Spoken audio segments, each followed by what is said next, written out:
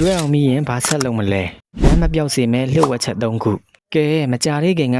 2026ဂျီတွဲအောင်စင်းတွေလည်းထွက်ပြီးပြီဆိုတော့အောင်မြင်သွားတဲ့ညီငယ်ညီမငယ်လေးတွေကိုအရင်ဆုံးဂုဏ်ယူရတယ်လို့ပြောချင်ပါတယ်ဒါပေမဲ့အောင်မြင်တဲ့သူတွေရှိတယ်လို့ကြာဆုံးတဲ့သူတွေလည်းရှိတာကြောင့်တကယ်ပဲစိတ်မကောင်းမိပါဘူးဒါကြောင့်အောင်မြင်တဲ့ညီငယ်ညီမငယ်တွေကငါဘယ်တက်ကလို့ဆက်တက်ရမလဲဘယ်ဘာတရက်ကိုရွေးရမလဲဆိုတာအတွေးတွေပေါ်လာတတ်ပါတယ်တချို့ကဆေးကျောင်းအင်ဂျင်နီယာကျောင်းတွေတွားကျင်တယ်တချို့ကလည်းစီးပွားရေးနဲ့အနည်းပညာဘက်ကိုစိတ်ဝင်စားတယ်ခက်တာကကိုတက်ချင်တဲ့ကျောင်းကကို့အမှတ်နဲ့ကြိုက်ပါမလားမိဘတွေကသဘောကျတဲ့လမ်းကြောင်းနဲ့ကိုတကယ်ဝါနာပါတဲ့အရာထပ်တူကြရဲ့လားဒါတွေကတကယ်ကိုခေါင်းစားရတဲ့ကိစ္စတွေပါဒီနေ့ဗီဒီယိုမှာတော့ခစ်နဲ့အညီလမ်းမပြောက်အောင်ဂျီတွဲကျောင်းသားတွေအတွက်ရွေးချယ်နိုင်မဲ့လှုပ်ဝက်ချက်3ခုကိုပြောပြပေးသွားပါမယ်ပထမဆုံးအချက်ကတော့ရမှတ်တကူတဲ့ကိုပဲမကြည့်ပါနဲ့အမှတ်မီလို့တက်လိုက်ရပေမဲ့ကိုတကယ်ဝါနာပါရင်ကျောင်းပြီးတဲ့အခါလုပ်ငန်းခွင်မှာစိတ်ပြည့်ရတတ်ပါတယ်ဒါကြောင့်ကိုဘာလို့ရတာကိုကြိုက်တာလဲကိုဘာဝါနာပါတာလဲဆိုတာကိုအရင်ဆုံးရှာဖွေပါ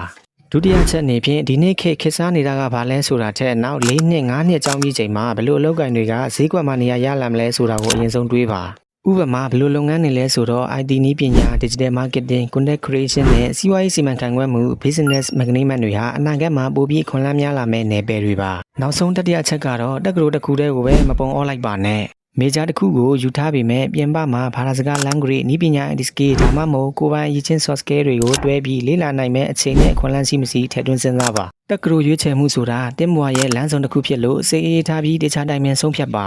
ဘွဲတစ်ခုရဖို့တဲ့တင်းရဲ့ကိုယ်ပိုင် skill ကဒါတင်းရဲ့အနာဂတ်ကိုဆုံးဖြတ်ပေးမှာပါကဲဂျီတွဲအောင်ထားတဲ့ညီငယ်ညီမငယ်လေးတို့ရောဘယ်တက္ကသိုလ်မှာဘယ်မေဂျာကိုစိတ်ဝင်စားဆုံးလဲဆိုတာအောက်ကကွန်မန့်လေးမှာပြောပြခဲ့ပါအောင်နော်ပညာရေးဆိုင်ရာဗုဒ္ဓဓာတ်တွေကိုထပ်မံသိရှိဖို့အကောင့်လေးကို like and subscribe လုပ်ဖို့လည်းမမေ့ပါနဲ့ဦးနော်ကောင်းတော့နေလေးဖြစ်ပါစေ